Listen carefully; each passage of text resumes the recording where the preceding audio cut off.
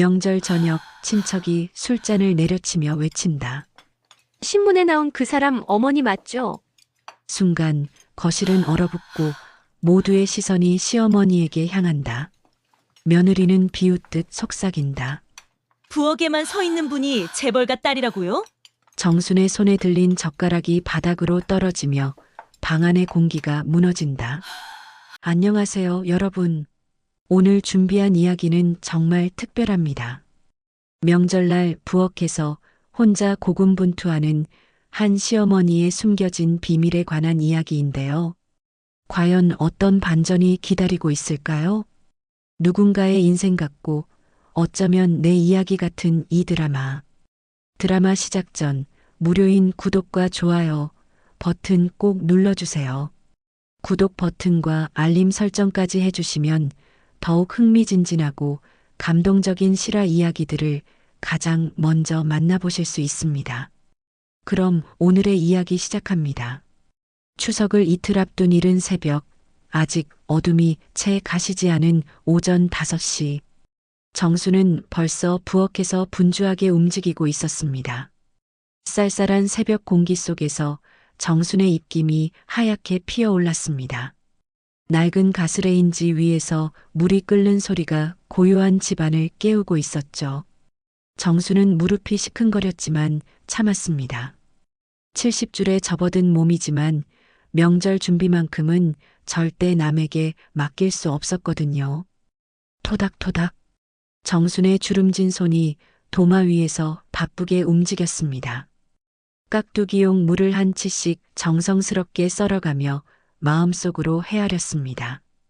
큰아들 식구 넷, 둘째 식구 5, 시동생 4 식구까지 모두 13명이 모이는 명절이었죠.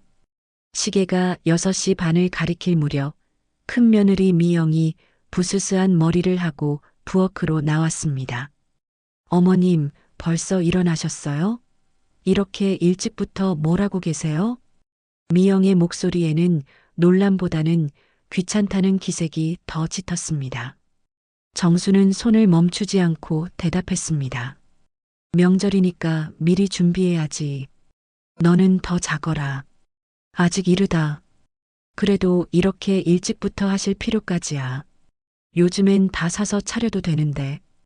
미영은 하품을 하며 다시 안방으로 들어갔습니다. 정수는 혼자 남은 부엌에서 쓸쓸한 웃음을 지었습니다. 사서 차린다고요? 정순에게는 상상할 수 없는 일이었습니다. 아침 해가 떠오르기 시작하자 정순의 손길은 더욱 바빠졌습니다.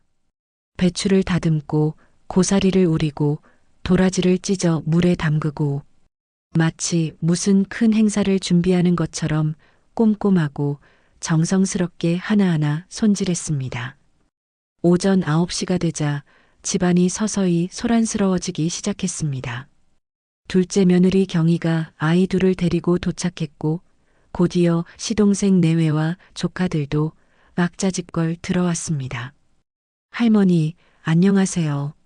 손주들이 정순에게 인사를 하러 부엌까지 왔지만 이내 거실로 달려가 텔레비전 앞에 앉았습니다. 어른들도 마찬가지였습니다. 간단한 인사말을 건넨 후에는 모두 거실에 모여 앉아 오랜만에 만난 반가움을 나누었죠. 야, 민호야. 요즘 사업은 어때? 그럭저럭이지. 형님은 승진 소식 들었던데? 아, 그게 말이야. 거실에서는 남자들의 웃음소리가 끊이질 않았습니다. 며느리들도 한쪽 구석에 모여 아이들 이야기, 시댁 이야기로 꽃을 피웠습니다. 정순만 혼자 부엌에서 묵묵히 일손을 놓지 않았습니다. 어머님, 대단하시네요. 벌써 이렇게 많이 하셨어요? 경희가 부엌을 기웃거리며 감탄사를 연발했습니다. 하지만 감탄만 할 뿐 손을 거들려 하지는 않았습니다. 괜찮다. 나 혼자 하는 게 편해. 정수는 그렇게 말했지만 속마음은 달랐습니다. 누군가 곁에서 함께 해주기를 바라는 마음이 있었거든요. 하지만 먼저 도와달라고 말하는 것은 정순의 성격에 맞지 않았습니다. 오전 11시쯤 정수는 전을 부치기 시작했습니다. 동태전, 호박전, 감자전. 기름이 팔팔 끓는 팬 앞에서 정순의 이마에는 땀이 송글송글 맺혔습니다. 하지만 거실에서 들려오는 웃음소리는 여전히 멀게만 느껴졌습니다. 어머님, 물 좀 주세요. 어머님, 과일은 언제 깎아주실 거예요? 어머님, 화장실 휴지가 떨어졌어요. 식구들은 정순을 필요할 때만 불렀습니다. 정순은 그때마다 손을 씻고 거실로 나가 요청을 들어주었습니다. 그리고는 다시 혼자 부엌으로 돌아와 끝없는 일을 계속했죠. 점심시간이 되어서야 정수는 잠시 식탁에 앉을 수 있었습니다. 하지만 편안하지 않았습니다. 누군가 반찬 그릇이 비면 일어나서 더 가져와야 했고, 물이 필요하면 따라 주어야 했거든요. 어머님이 해주신 음식이 제일 맛있어요. 사위가 예의상 인사를 건넸습니다. 정수는 어색하게 미소 지었습니다. 칭찬을 들어도 왜인지 마음이 허전하기만 했습니다. 식사를 마친 후 다른 식구들은 모두 거실로 가서 차를 마시며 담소를 나누었습니다. 정순만 혼자 설거지를 했습니다. 찬물에 손이 시렸지만 참았습니다. 이것도 자신의 몫이라고 생각했거든요. 오후 2시 정수는 다시 저녁 준비에 들어갔습니다. 갈비찜을 끓이고 잡채를 볶아야 했습니다. 하지만 이때부터 정순의 마음에 묘한 감정이 스며들기 시작했습니다. 이렇게 혼자서 모든 걸 준비하고 있는 내가 뭔가 잘못되었나? 거실에서는 여전히 즐거운 웃음소리가 들려왔습니다. 아무도 정순의 고단함을 눈치채지 못했습니다. 아니, 알면서도 모른 척하고 있는 것 같았습니다. 정수는 국자를 저어가며 창밖을 바라보았습니다. 어느새 해가 서쪽으로 기울어가고 있었습니다. 하루 종일 부엌에서만 보낸 시간들이 문득 허무하게 느껴졌습니다. 그때 정순의 가슴 깊은 곳에서 길고 깊은 한숨이 새어나왔습니다. 자신도 모르게 나온 한숨이었습니다. 왜 이런 한숨이 나오는지 정순 자신도 정확히 알 수 없었습니다. 그저 뭔가 놓치고 있는 것 같은, 잃어버리고 있는 것 같은 막연한 허전함이 마음을 짓누르고 있었을 뿐이었습니다. 명절이 지나고 사흘이 지난 어느 오후, 정수는 여전히 부엌에서 저녁 준비에 여념이 없었습니다. 하지만 이날은 뭔가 달랐습니다. 큰 며느리 미영이 식탁에 앉아 신문을 유독 자세히 들여다보고 있었거든요. 어머님, 이것 좀 보세요. 미영의 목소리에 평소와 다른 긴장감이 섞여 있었습니다. 정수는 손을 씻고 식탁으로 다가갔습니다. 뭘 그렇게 열심히 보고 있니? 이 신문 기사인데요. 좀 신기한 게 있어서요. 미영이 펼쳐든 신문은 경제면이었습니다. 한쪽 구석에 작게 실린 기사였지만 미영의 눈길을 사로잡기에는 충분했습니다. 제게 거물 김회장 서거 20주년, 실종된 장녀는 어디에라는 제목 아래 흑백 사진 한 장이 실려 있었습니다. 어머님, 이 사진 속 여자분 보세요. 어떠세요? 정순이 안경을 꺼냈어도 손이 미세하게 떨리는 것을 미영이 놓치지 않았습니다. 사진 속에는 1970년대 촬영된 것으로 보이는 우아한 한복 차림의 젊은 여성이 서 있었습니다. 단정한 머리 매무새와 고고한 눈빛이 인상적이었죠. 어머님이랑 정말 닮지 않았어요? 특히 이 눈매랑 코선이. 젊었을 때 어머님 사진이랑 거의 똑같은 것 같은데요? 정순의 얼굴에 순간적으로 당황한 기색이 스쳤습니다. 하지만 이내 평정을 되찾으려 애썼습니다. 닮았나? 잘 모르겠네. 사람이 닮는 경우가 많잖니. 정수는 신문에서 시선을 거두며 다시 부엌으로 향했습니다. 하지만 미영은 쉽게 포기하지 않았습니다. 그런데 정말 신기해요. 이렇게까지 닮을 수가 있나 싶을 정도로. 어머님, 혹시 친척 중에 재벌가 출신 분 계세요? 무슨 소리야? 우리 집안은 대대로 평범한 농사꾼이었어. 정순의 대답은 너무 빨랐습니다. 마치 미리 준비해둔 답변 같았죠. 미영은 더욱 의심스러운 눈으로 정순을 바라보았습니다. 그래도 한 번 더 보세요. 정말 놀라울 정도로 닮았어요.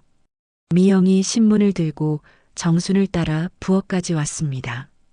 그리고는 기사를 소리내어 읽기 시작했습니다. 김진수 전 대한종합상사 회장의 장녀 김정아 씨는 1980년 아버지 사망 후 돌연 자취를 감췄습니다. 당시 28살이던 김정아 씨는 아버지의 거대한 유산 상속을 포기하고 홀연히 사라져 재계는 물론 사회 전체에 큰 화제를 불러일으켰는데요. 정순의 손에서 그릇이 미끄러져 바닥으로 떨어졌습니다. 다행히 깨지지는 않았지만 큰 소리가 나면서 부엌 전체에 울려 퍼졌습니다. 어머님, 괜찮으세요? 다치셨어요? 아니다. 그냥 손이 미끄러졌네. 정수는 서둘러 그릇을 주우며 애써 태어난 척했습니다. 하지만 이마에 식은땀이 맺히는 것까지는 숨길 수 없었습니다. 계속 읽을까요? 더 흥미로운 내용이 있어요. 미영은 정순의 반응을 예리하게 관찰하며 계속 읽어나갔습니다. 김정아 씨는 당시 연세대학교 영문학과를 수석으로 졸업한 재원으로 유학까지 다녀온 당대 최고의 엘리트 여성이었습니다. 하지만 아버지 사후 유산 분쟁에 휘말린 가족들을 보며 크게 상심한 것으로 알려졌는데 정순이 급하게 수도꼭지를 틀었습니다. 물소리로 미영의 목소리를 가리려는 듯 했습니다. 어머님, 물소리 때문에 안 들리시겠네요. 잠깐만 기다려주세요. 미영은 기다렸다가 정순이 수도를 잠그자 다시 이어서 읽었습니다. 특히 김정아 씨는 평소 검소한 생활을 즐겼으며 요리와 바느질에도 뛰어난 솜씨를 보였다고 전해집니다. 주변 사람들은 그녀가 화려한 부잣집 딸보다는 평범한 가정주부의 삶을 꿈꿨다고 증언했는데 이번에는 정순의 얼굴이 완전히 하얗게 변했습니다. 미영이 읽어주는 내용 하나하나가 너무나 정확하게 자신의 성격과 일치했기 때문입니다. 어머님, 정말 신기하지 않아요?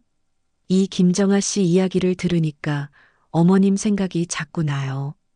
평소 어머님 모습이랑 너무 비슷해서 정수는 더 이상 참을 수 없었습니다. 앞치마를 벗어던지며 거실로 나가버렸습니다.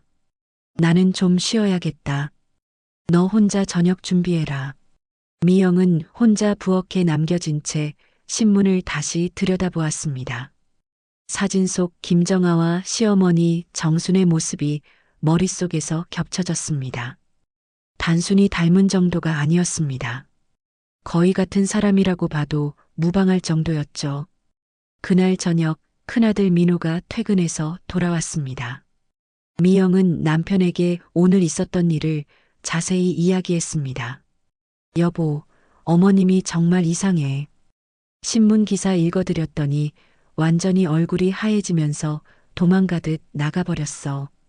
뭔 소리야? 엄마가 재벌가 딸이라고? 그럴 리가 없지. 민호는 코웃음을 쳤습니다. 하지만 미영이 신문을 보여주자 표정이 변했습니다. 이거 정말 엄마 젊었을 때랑 비슷하네. 그치? 나만 그렇게 생각한 게 아니지? 그런데 어머님 반응이 너무 이상했어. 뭔가 숨기는 것 같았다고. 부부는 밤늦도록 이 문제에 대해 이야기했습니다. 처음에는 황당하다고 여겼던 민호도 점점 의심을 품기 시작했습니다.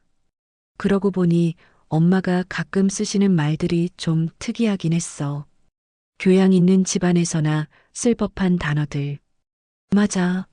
그리고 어머님이 차 마시는 방식도 좀 특별하잖아. 마치 다도를 배운 사람처럼. 미영과 민호는 그동안 당연하게 여겼던 정순의 행동들을 다시 떠올려 보았습니다. 우아한 걸음걸이, 단정한 언어 사용, 완벽한 요리 실력. 모든 것이 새로운 의미로 다가왔습니다. 한편 안방에서 정수는 잠들지 못하고 뒤척이고 있었습니다. 수십 년간 감춰왔던 비밀이 드러날지도 모른다는 두려움 때문이었습니다. 정수는 베개 속에 얼굴을 묻고 깊은 한숨을 내쉬었습니다. 평범한 시어머니로 살아온 행복했던 시간들이 흔들리기 시작하고 있었습니다. 미영이 신문 기사를 발견한 지 열흘이 지났습니다. 그 사이 동네 분위기가 완전히 달라졌습니다. 처음에는 미영이 가까운 몇 명에게만 조심스럽게 이야기했던 것이 어느새 온 동네에 뜨거운 화제가 되어버렸거든요. 이른 아침 정순이 장을 보러 슈퍼마켓에 갔을 때였습니다. 입구에서부터 수상한 분위기를 감지할 수 있었습니다. 어머님, 어서 오세요. 평소보다 훨씬 공손한 슈퍼마켓 사장의 인사였습니다. 뭔가 어색한 느낌이었죠. 네, 안녕하세요. 정순이 장바구니를 들고 채소 코너로 향하는데 앞에서 장을 보던 동네 아주머니 둘이 수군거리고 있었습니다. 야, 저분이 그분이야. 신문에 나온. 정말? 가까이서 보니까 확실히 남다르긴 하네. 걸음걸이부터가 달라. 정순이 다가가자 아주머니들이 급히 자리를 피했습니다. 마치 유명인을 만난 것처럼 어색하게 굴었죠. 뭔 일이지? 정수는 속으로 중얼거렸지만 대수롭지 않게 여기며 양파를 고르기 시작했습니다. 그런데 등 뒤에서 계속 시선이 느껴졌습니다. 저기요, 혹시... 뒤에서 누군가 정순을 불렀습니다. 돌아보니 평소 인사만 나누던 박씨 부인이었습니다. 네, 무슨 일이세요? 그냥 궁금한 게 있어서요. 어머님께서 이 동네에 언제 오셨죠? 갑작스럽고 직접적인 질문이었습니다. 정순이 당황한 기색을 보이자 박씨 부인이 더 적극적으로 나왔습니다. 사실은 요즘 동네에서 어머님 이야기가 많이 나와서요. 혹시 예전에 다른 곳에서 사셨던 적 있으신지? 다른 곳이요? 네. 어머님 말씨나 행동을 보면 보통 분들과는 좀 다르시잖아요. 뭔가 교양 있는 집안에서 자라신 것 같달까요? 정순의 얼굴이 굳어졌습니다. 동네 사람들이 자신을 관찰하고 있었던 것입니다. 그냥 평범하게 살았는걸요. 별다를 거 없어요. 정순이 서둘러 자리를 떠나려 하자 박씨 부인이 또 다른 이야기를 꺼냈습니다. 그런데 김할머니가 그러시던데 어머님이 처음 이 동네 오셨을 때 정말 신기했대요. 다른 사람들과는 완전히 다른 분위기였다면서요. 어떻게 다르다는 건가요? 정순도 모르게 물어보고 말았습니다. 옷 입는 방식부터가 달랐대요.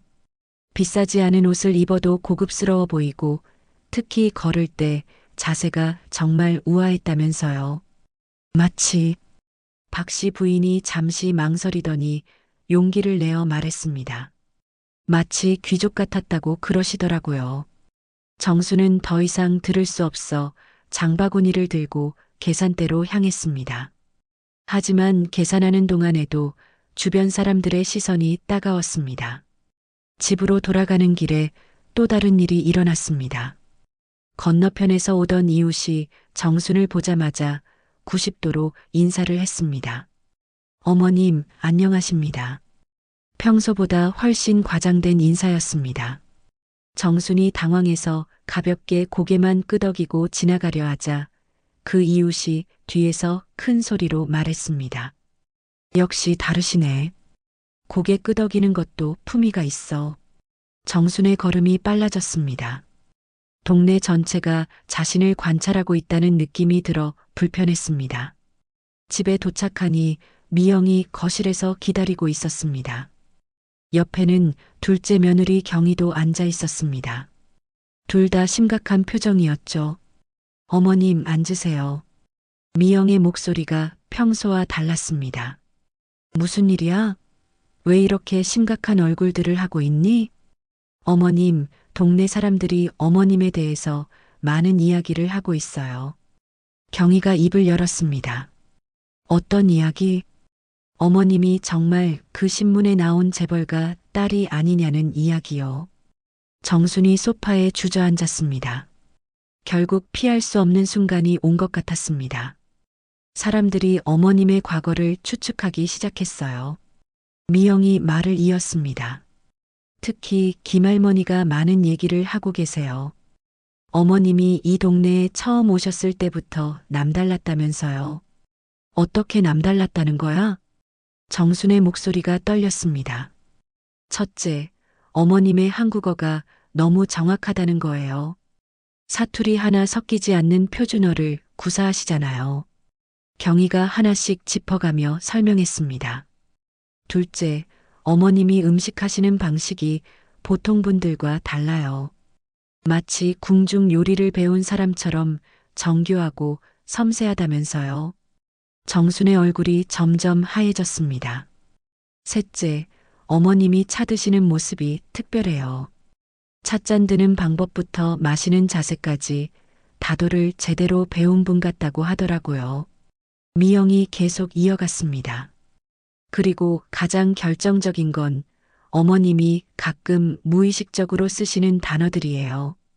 일반 사람들이 잘 모르는 고급 어휘들을 자연스럽게 사용하신다는 거죠. 정수는 아무 말도 할 수 없었습니다. 자신이 그동안 얼마나 많은 흔적을 남겼는지 깨닫게 되었습니다. 어머님, 그리고 어제 민호 오빠가 회사 동료를 통해 알아본 게 있어요. 경희가 조심스럽게 말했습니다. 그 동료 중에 기자가 있는데 그 사람이 김정아 씨에 대한 자료를 찾아봤대요. 정순의 심장이 빠르게 뛰기 시작했습니다. 김정아 씨의 신체적 특징들이 어머님과 너무 일치한다는 거예요. 키, 체형은 물론이고 미영이 잠시 망설이더니 말을 이었습니다. 왼손잡이라는 것까지요. 정순이 깜짝 놀라며 자신의 왼손을 바라보았습니다.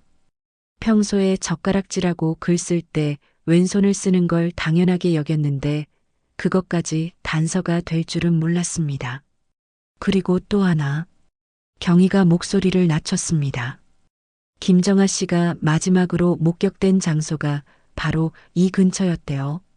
정확히는 지금 우리가 사는 이 동네에서 새 정거장 떨어진 곳이었다고 하더라고요. 정수는 완전히 말문이 막혔습니다. 그때 현관문이 열리며 민호가 들어왔습니다. 엄마, 다 왔어요? 민호의 표정도 심각했습니다. 뭔가 중요한 정보를 가지고 온 것 같았습니다. 여보, 어떻게 됐어? 미영이 남편에게 물었습니다. 기자 친구가 더 자세한 자료를 찾아줬어. 민호가 가방에서 복사한 신문 기사들을 꺼냈습니다. 엄마, 이걸 좀 보세요. 오래된 신문 기사 사진들이었습니다. 젊은 시절의 김정아가 다양한 상황에서 찍힌 사진들이었죠. 이 사진들을 보니까 엄마와 거의 똑같아요.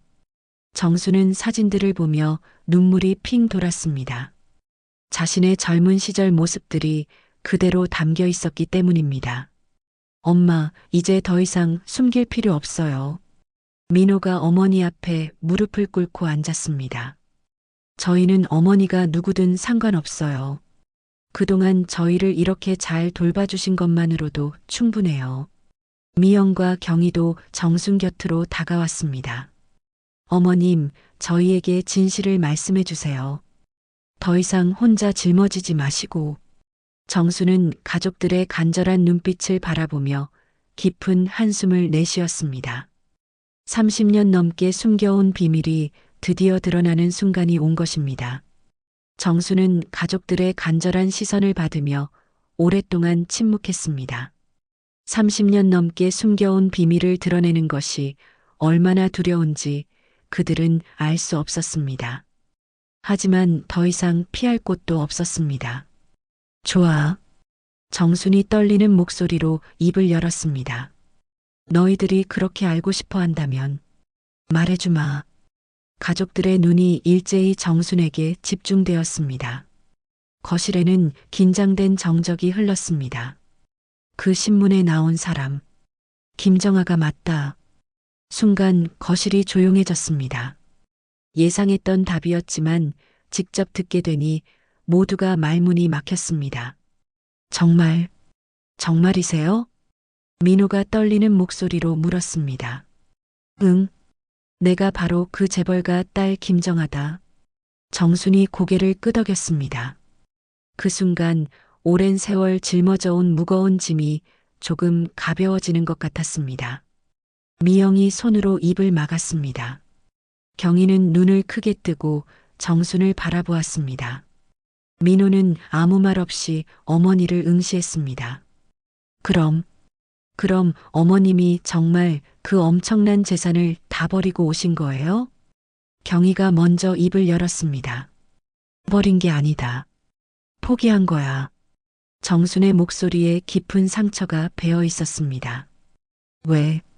왜 그런 선택을 하셨어요? 민호가 이해할 수 없다는 표정으로 물었습니다. 정수는 깊은 한숨을 쉬며 과거를 떠올리기 시작했습니다. 아버지가 돌아가시고 나서 집안이 완전히 난장판이 됐어.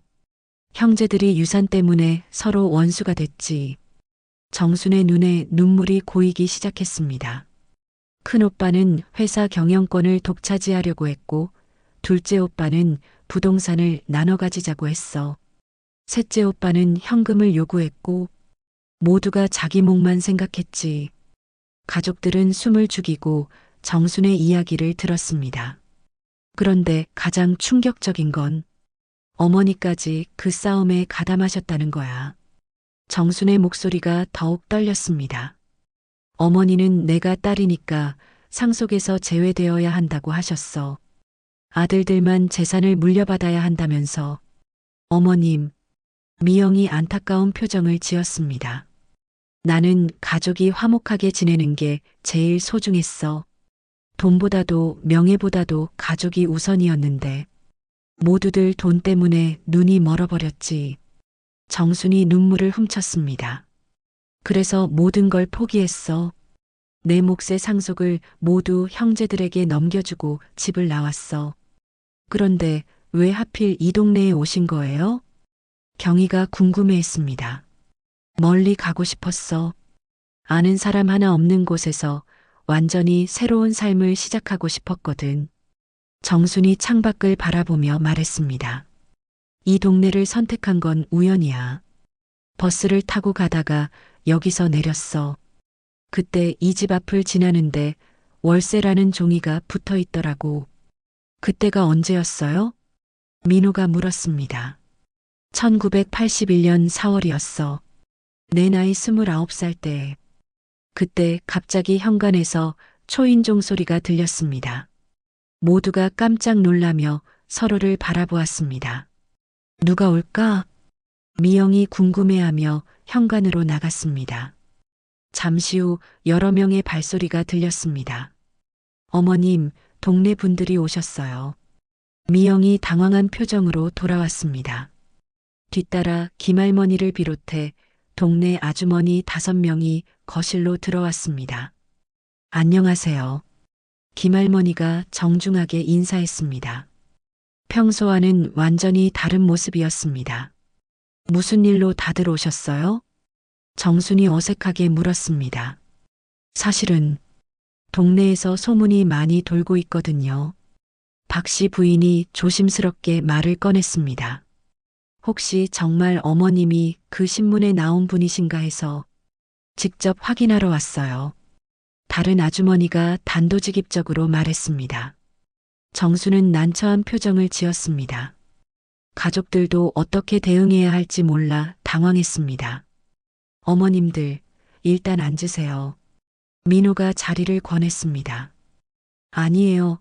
오래 있을 건 아니고요. 김할머니가 손을 저었습니다.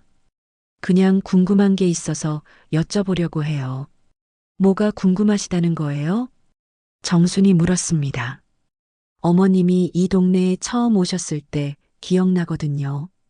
정말 특별한 분이라고 생각했어요. 김할머니가 진지한 표정으로 말했습니다. 다른 사람들과는 뭔가 달랐어요. 말투, 행동, 심지어 옷 입는 방식까지. 그래서요? 혹시 정말 그 재벌가 딸이신 건 아닌가 싶어서요. 순간 거실이 조용해졌습니다. 모든 시선이 정순에게 쏠렸습니다.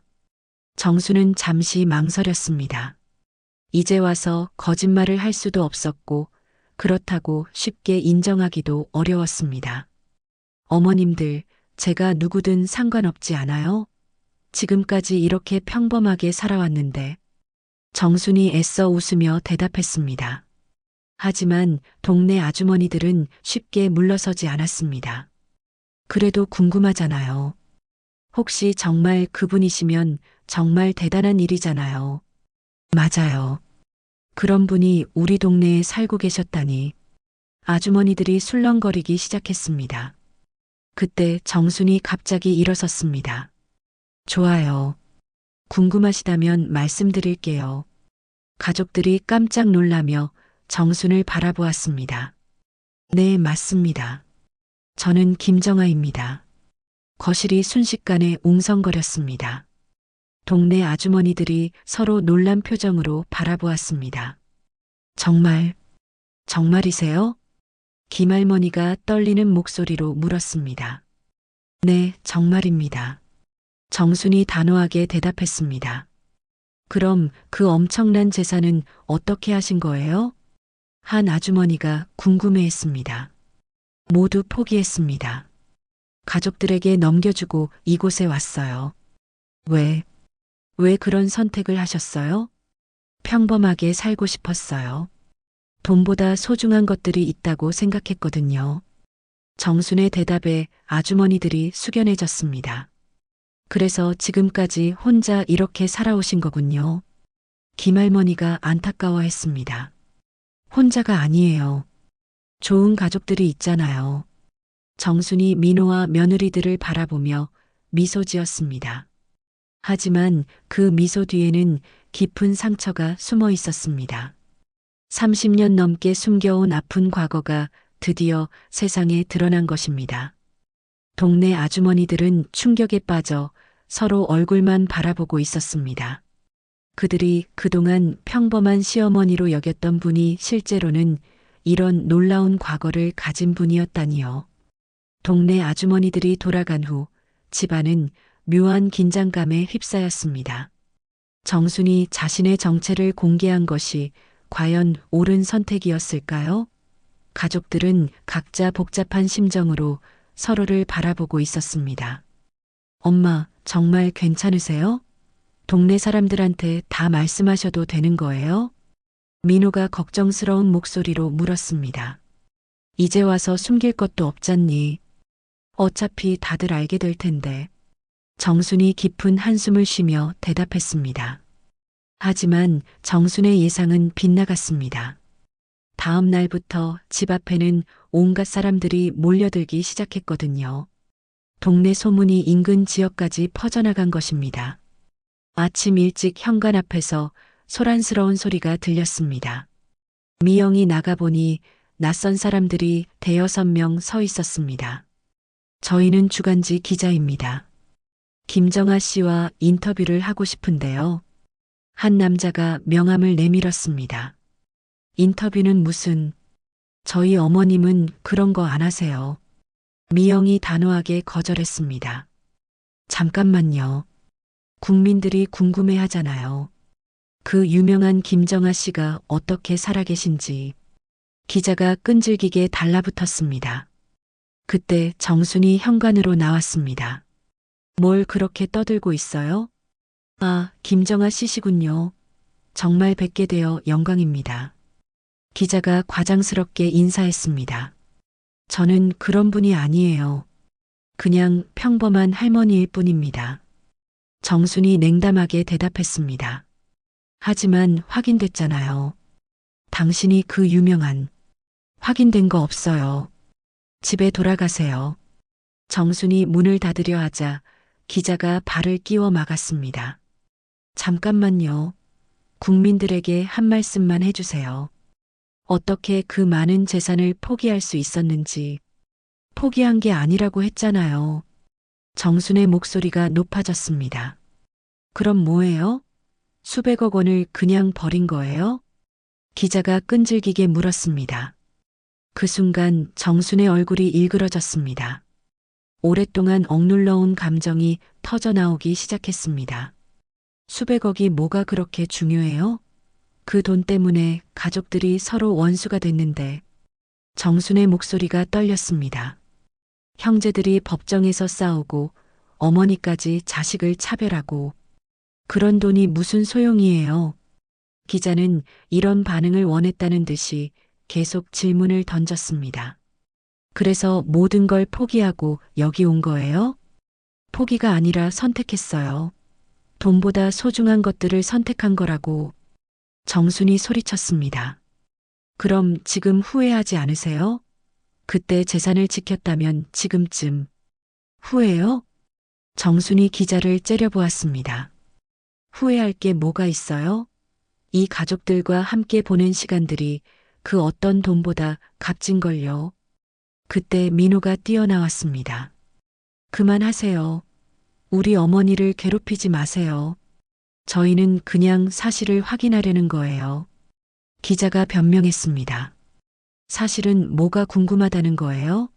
우리 어머니가 행복하게 살고 계신다는 게 사실 아니에요? 민호가 화를 냈습니다. 기자들이 물러간 후 가족들은 거실에 모여 앉았습니다. 모두 충격에 빠져 있었습니다. 어머님, 괜찮으세요? 경희가 걱정스럽게 물었습니다. 괜찮아. 다만, 정순이 말을 멈췄습니다. 다만 뭐예요? 너희들이 나 때문에 피해를 볼까봐 걱정돼. 정순의 목소리에 걱정이 배어 있었습니다. 무슨 피해요? 미영이 이해할 수 없다는 표정을 지었습니다. 사람들이 너희를 다른 시선으로 볼 거야. 재벌 며느리, 재벌 아들이라고. 정순이 한숨을 쉬었습니다. 그런 거 신경 안 써요. 우리는 지금까지 평범하게 살아왔는걸요. 민호가 대답했습니다. 하지만 정순의 우려는 현실이 되었습니다. 그날 저녁부터 집 앞에는 계속 사람들이 몰려들었습니다. 구경꾼들, 기자들, 심지어 돈을 빌려달라는 사람들까지. 어머님, 저희 아이가 병원비가 필요한데 좀 도와주시면 안 될까요? 김정아 씨 사업 자금이 필요해요. 나중에 꼭 갚을게요. 할머니, 우리 가족이 너무 어려워요. 조금만 도와주세요. 온갖 사람들이 돈을 요구했습니다.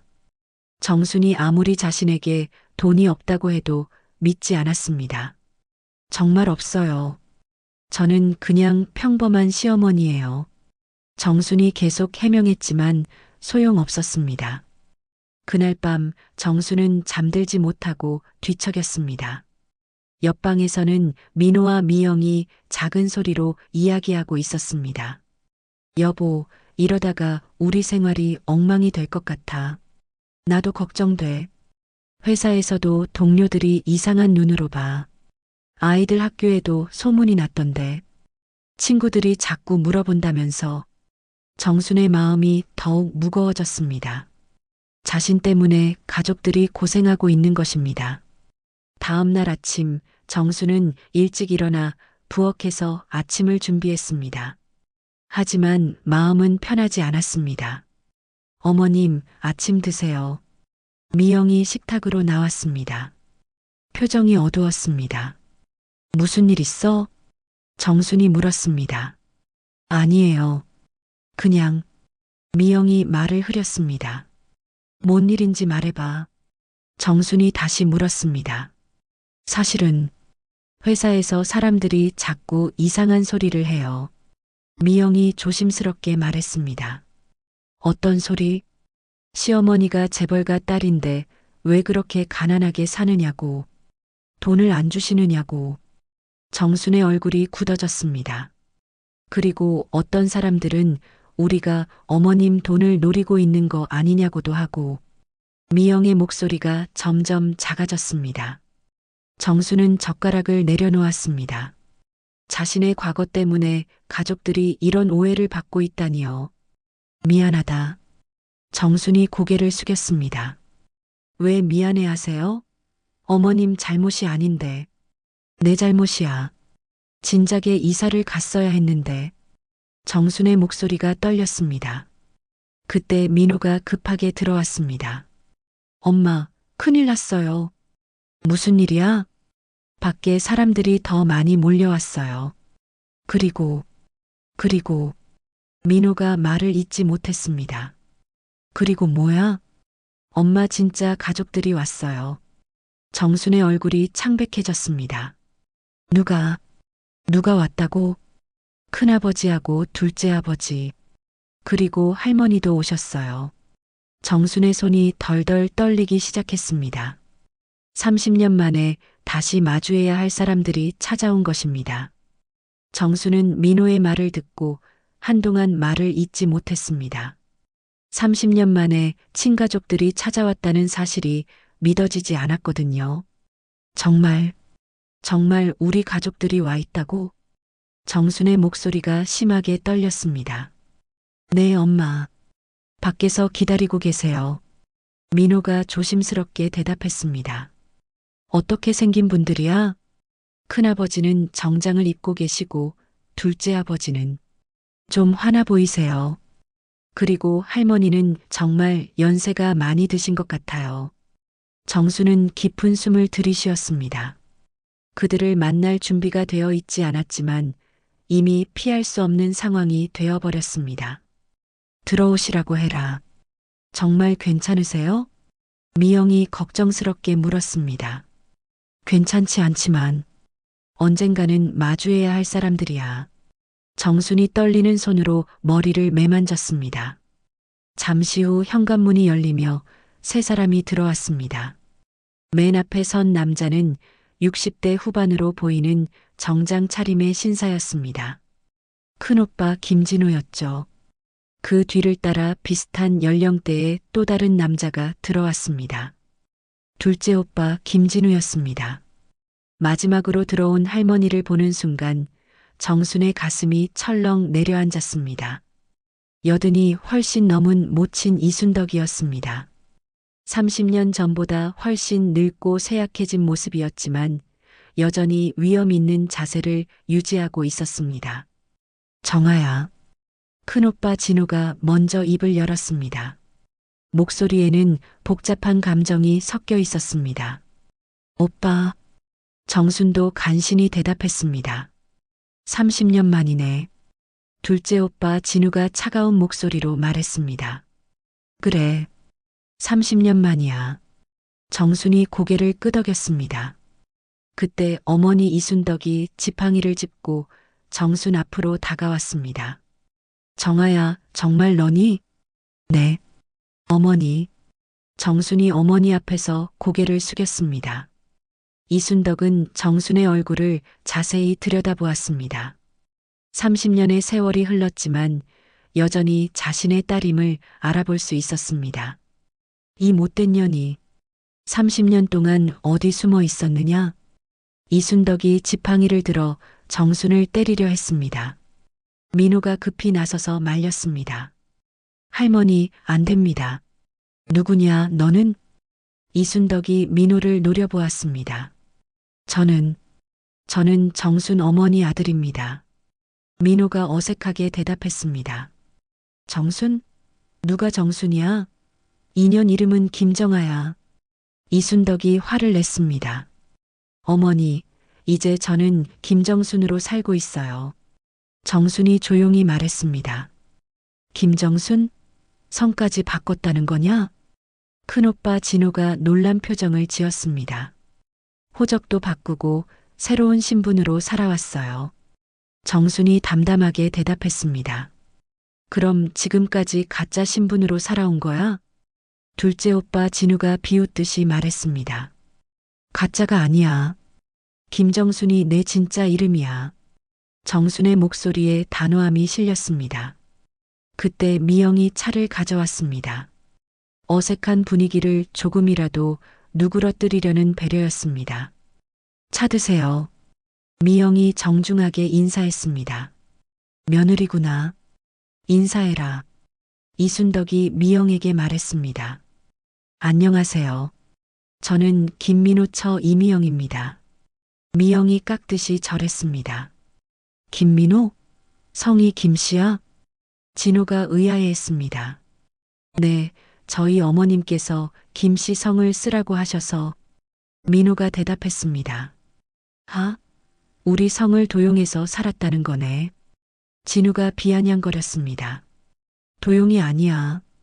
내가 김씨 집안 딸인데 왜 못 써? 정순이 반박했습니다. 넌 이미 집안에서 나간 사람이야. 상속도 포기했으면서 무슨 자격으로 성을 써? 진우의 목소리가 점점 높아졌습니다. 오빠 그만해요. 정순이 지쳐가는 목소리로 말했습니다. 그만하긴 뭘 그만해? 30년 동안 우리가 얼마나 찾았는 줄 알아? 찾았다고요? 왜요? 정순이 의외라는 표정을 지었습니다. 왜긴 왜야?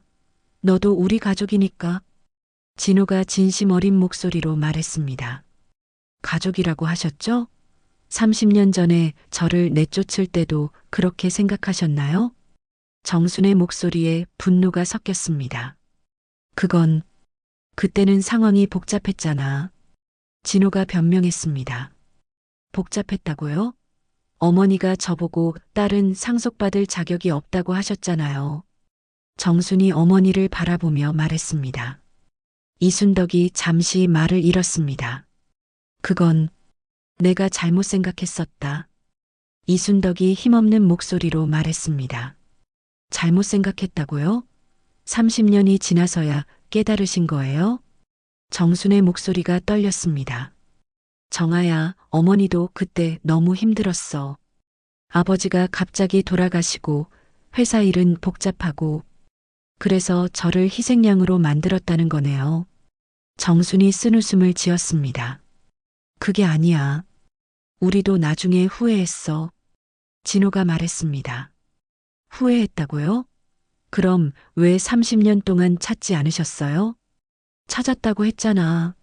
개인 탐정도 고용하고 광고도 내고 별의별 방법을 다 썼어. 진우가 답답해했습니다. 그런데 너무 깔끔하게 사라져버린 거야. 흔적도 없이. 그럼 지금은 왜 오신 거예요? 정순이 직접적으로 물었습니다.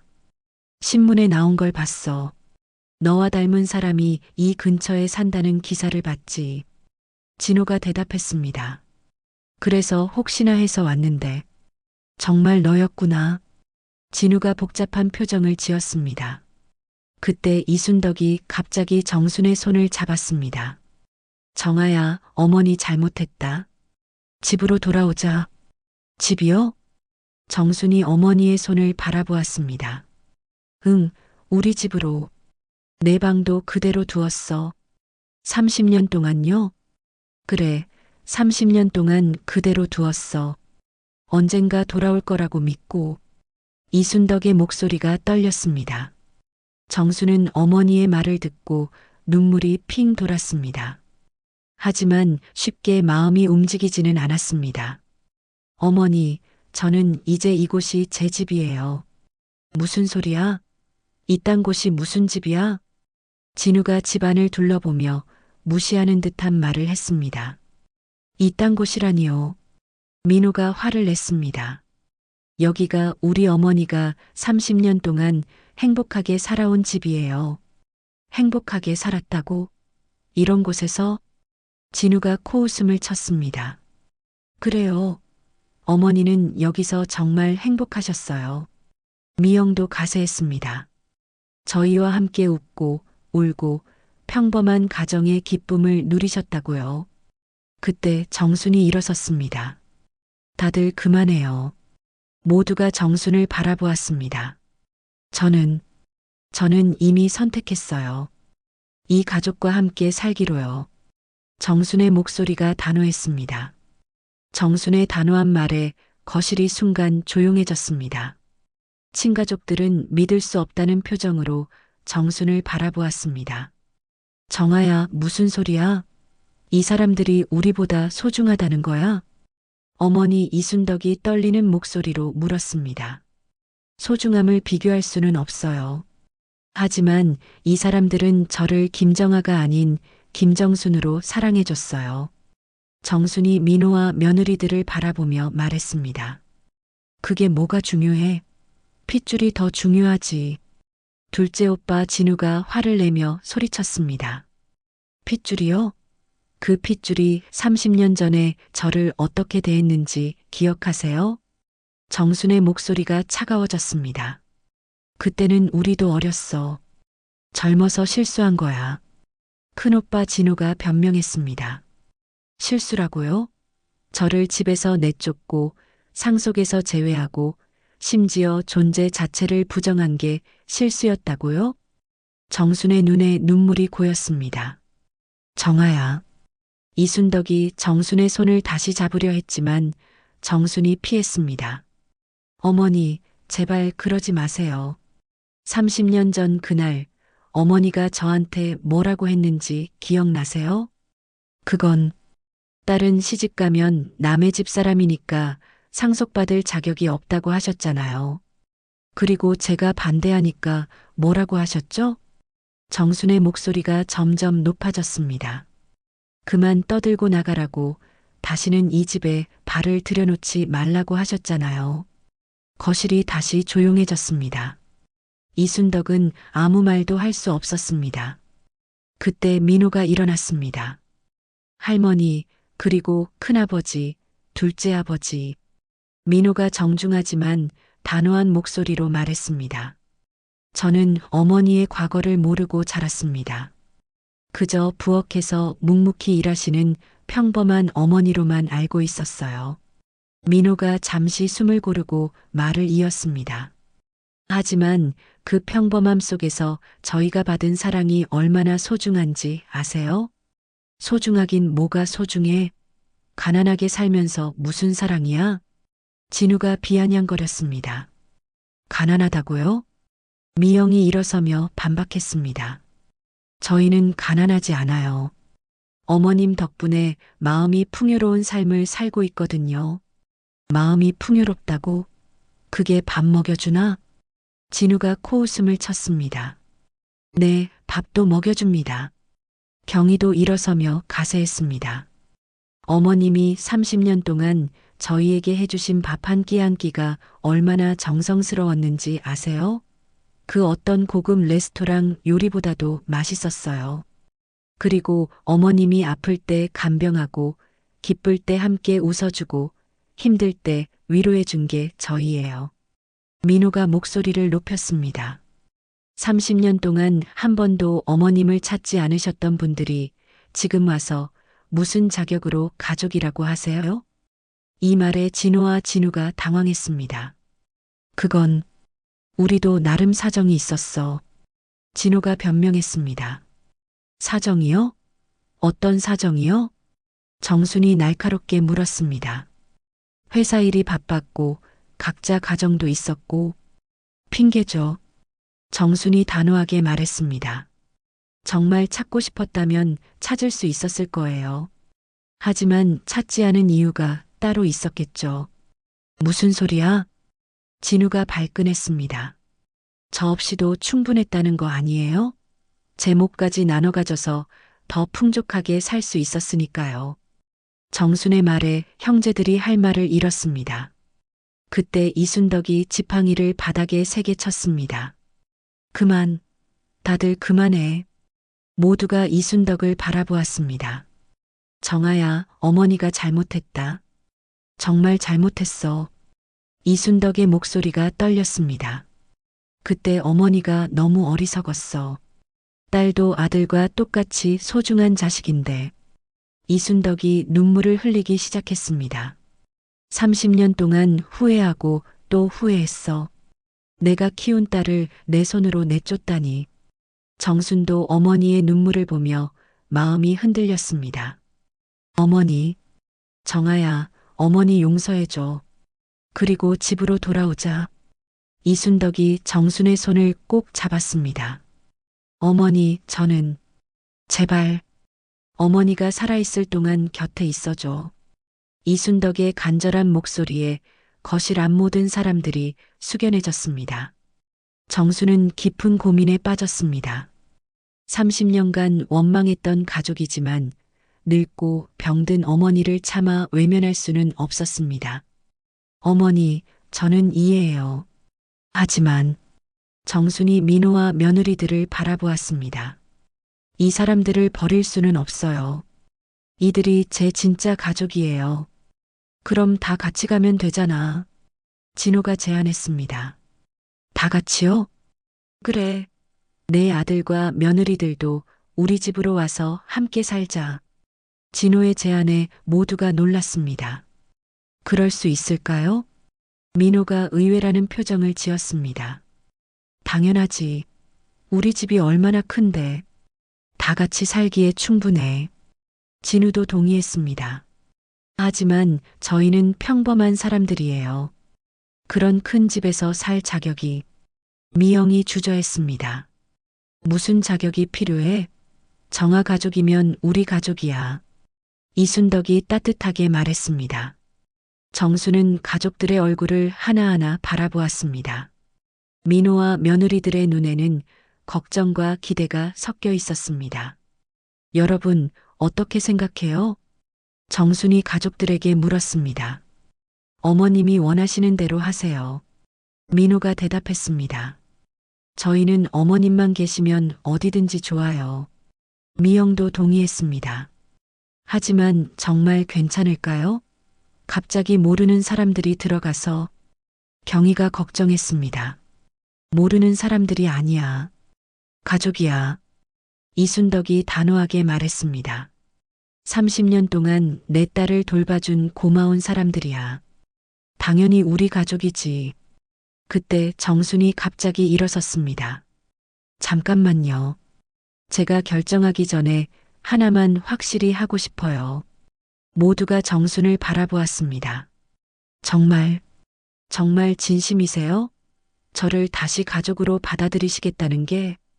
정순의 목소리가 떨렸습니다. 그럼 가짜라고 생각해? 진호가 진심 어린 표정으로 대답했습니다. 30년 동안 후회하고 그리워했어. 정말이야. 그리고 이 사람들도 정말 우리 가족으로 받아주시겠어요? 차별하지 않고? 당연하지. 내 딸의 가족인데 어떻게 차별하겠어? 이순덕이 눈물을 닦으며 말했습니다. 정수는 오랫동안 생각했습니다. 30년의 원망과 상처, 그리고 새로운 희망 사이에서 고민했습니다. 좋아요. 정순이 마침내 입을 열었습니다. 하지만 조건이 있어요. 무슨 조건? 진우가 물었습니다. 저는 김정아가 아니라 김정순으로 살 거예요. 그리고 이 사람들을 제 진짜 가족으로 대해주세요. 그런 건 당연하지. 이순덕이 고개를 끄덕였습니다. 그때 민호가 정순의 손을 잡았습니다. 엄마, 정말 괜찮으세요? 후회하지 않으시겠어요? 후회하지 않아. 이제는 모든 가족이 함께하는 거니까. 정순이 환한 미소를 지었습니다. 거실에는 30년 만에 찾아온 화해의 분위기가 흘렀습니다. 길고 아픈 시간을 견뎌낸 끝에 드디어 진정한 가족의 의미를 깨닫게 된 순간이었습니다. 그로부터 6개월이 흘렀습니다. 서울 강남의 큰 저택에는 이제 세 가족이 함께 살고 있었습니다. 처음에는 서로 어색했지만 시간이 지나면서 진정한 가족의 모습을 찾아가고 있었습니다. 오늘은 특별한 날이었습니다. 정순의 70번째 생일이자 가족들이 다시 만난 지 6개월이 되는 날이었거든요. 아침부터 집안은 분주했습니다. 정아야, 오늘은 내가 아무것도 하지 마라. 어머니 이순덕이 정순을 부엌에서 내보냈습니다. 어머니, 그래도 제가 도와드려야죠. 안 돼. 오늘은 우리가 다 준비할 거야. 큰오빠 진호도 앞치마를 두르고 나타났습니다. 평소에 요리 같은 건 해본 적 없는 사람이었지만 오늘만은 달랐습니다. 오빠가 요리를 해요? 정순이 놀라며 물었습니다. 30년 동안 못해준 생일상을 준비하는데 이 정도야 뭐. 진호가 어색하게 웃었습니다. 부엌에서는 둘째 오빠 진우도 분주하게 움직이고 있었습니다. 민호와 며느리들도 함께 요리를 준비했습니다. 평소 정순 혼자 도맡아 하던 일을 이제는 온 가족이 함께 나누고 있었습니다. 할머니, 이렇게 하는 거 맞나요? 미영이 나물 무치는 법을 이순덕에게 물었습니다. 그렇지, 그렇게 하면 돼. 우리 며느리가 참 손재주가 좋네. 이순덕이 흐뭇하게 바라보았습니다. 6개월 전만 해도 상상할 수 없는 광경이었습니다. 재벌가 안주인이 평범한 며느리에게 요리를 가르치고 있다니요. 경희야, 너는 전 부치는 거 도와줘. 진우가 둘째 며느리 경희에게 말했습니다. 네, 아버지. 경희가 대답하며 앞치마를 둘렀습니다. 처음에는 아버지라는 호칭이 어색했지만 이제는 자연스러워졌습니다. 거실에서는 정순이 혼자 앉아 가족들의 모습을 바라보고 있었습니다. 6개월 전 그 작은 집 부엌에서 혼자 명절 준비를 하던 모습과는 너무나 다른 풍경이었습니다. 할머니, 저도 도와드릴까요? 민호의 큰아들, 정순의 손자 태민이 다가왔습니다. 고마워, 태민아. 하지만 오늘은 할머니가 쉬는 날이야. 정순이 손자의 머리를 쓰다듬었습니다. 할머니, 그런데 정말 신기해요. 뭐가? 할머니가 진짜 재벌가 딸이었다는 게요.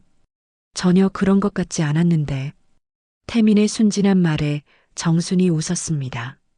그게 좋은 거야. 할머니는 평범한 할머니가 되고 싶었거든. 그럼 이제는 평범하지 않은 건가요? 글쎄 어떨까? 정순이 주변을 둘러보았습니다. 화려한 저택, 많은 가족들, 풍족한 생활. 분명 평범하지는 않았습니다. 하지만 중요한 건 평범함이 아니라 행복함이야. 정순이 손자에게 말했습니다. 할머니는 행복하세요? 응, 정말 행복해. 정순의 눈에 눈물이 살짝 맺혔습니다. 하지만 이번에는 기쁨의 눈물이었습니다. 저녁 시간이 되자 큰 식탁에 온 가족이 둘러앉았습니다. 정순을 포함해서 총 15명이었습니다. 큰오빠와 둘째 오빠, 가족들까지 모두 모인 것이었죠. 정아야, 생일 축하한다. 이순덕이 먼저 축하 인사를 건넸습니다. 어머니, 고마워요. 정순이 깊이 고개를 숙였습니다. 그리고 미안해. 30년 동안 생일 한 번 챙겨주지 못해서. 이순덕의 목소리가 떨렸습니다. 어머니, 이제는 그런 말 하지 마세요. 앞으로 함께 보낼 시간이 더 중요해요. 정순이 어머니의 손을 잡았습니다. 누나, 정말 축하해. 진호가 진심 어린 표정으로 말했습니다. 그동안 고생 많았어. 이제는 편하게 살자. 진우도 덧붙였습니다. 고마워요, 오빠들. 정순이 눈물을 참으며 대답했습니다. 어머님, 저희도 축하드려요. 민호가 일어서서 정중하게 인사했습니다. 30년 동안 저희를 키워주시고 사랑해주셔서 감사해요. 미영과 경희도 함께 인사했습니다. 저희 어머님을 이렇게 좋은 분들과 만나게 해주셔서 감사합니다. 그때 진호가 무언가를 꺼냈습니다. 정아야, 이거 받아라. 작은 상자였습니다. 정순이 열어보니 예쁜 목걸이가 들어있었습니다. 뭐예요, 이게? 30년 전 내가 좋아했던 목걸이야. 내가 나간 후에도 계속 보관하고 있었어. 진호의 설명에 정순이 깜짝 놀랐습니다. 정말요? 응. 언젠가 내가 돌아올 거라고 믿고 있었거든. 정수는 목걸이를 보며 옛 기억을 떠올렸습니다. 어린 시절 아버지가 선물해 주셨던 목걸이였습니다. 아버지가 주신 거네요. 그래. 아버지도 내가 돌아오기를 바라셨을 거야. 진우가 말했습니다. 정순이 목걸이를 목에 걸자 온 가족이 박수를 쳤습니다. 어머님, 정말 잘 어울려요. 미영이 감탄했습니다. 할머니가 더 예뻐 보여요. 손주들도 좋아했습니다. 식사가 시작되자 식탁은 웃음소리로 가득 찼습니다. 30년 전에는 상상할 수 없었던 화목한 모습이었습니다. 이제 정말 우리가 한 가족이 된 것 같네. 이순덕이 뿌듯해했습니다. 30년 전보다 더 큰 가족이 되었어요. 정순이 웃으며 대답했습니다. 맞아. 그때는 서로 미워하고 싸우기만 했는데 진호가 과거를 회상했습니다. 이제는 달라졌잖아요. 모두가 서로를 이해하고 사랑하게 되었으니까. 정순이 가족들을 둘러보며 말했습니다. 정아야, 그런데 후회하지 않니? 그때 재산을 지켰다면. 진우가 조심스럽게 물었습니다. 후회요? 정순이 잠시 생각했습니다. 전혀 후회하지 않아요. 오히려 감사해요. 감사하다고? 네. 그때 모든 걸 포기했기 때문에 진짜 소중한 걸 찾을 수 있었거든요. 정순이 민호 가족을 바라보며 말했습니다. 돈보다 소중한 게 뭔지, 가족의 진짜 의미가 뭔지 배웠어요. 그리고 지금은 돈도 있고 가족도 있으니까 더 좋잖아요. 민호가 웃으며 말했습니다. 맞아. 이제는 모든 걸 다 가졌네. 정순이 행복한 미소를 지었습니다. 저녁이 깊어갈 무렵 정수는 혼자 정원으로 나왔습니다. 30년 전 떠났던 집의 정원이었지만 이제는 전혀 다르게 느껴졌습니다. 정아야. 뒤에서 어머니 이순덕이 다가왔습니다. 어머니, 혼자 뭐하고 있니? 그냥 생각하고 있었어요. 무슨 생각? 30년이라는 시간에 대해서요. 길다면 길고 짧다면 짧은 시간이었던 것 같아요. 정순이 하늘을 바라보며 말했습니다. 어머니, 이제는 정말 행복해요. 나도야. 내 딸이 돌아와서. 이순덕이 정순의 어깨에 손을 올렸습니다. 어머니, 앞으로는 우리 모두 행복하게 살아요. 그래, 그러자. 모녀는 조용히 별을 바라보며 서 있었습니다. 30년의 아픔과 상처를 뒤로하고 새로운 시작을 다짐하는 순간이었습니다. 집안에서는 여전히 가족들의 웃음소리가 들려왔습니다.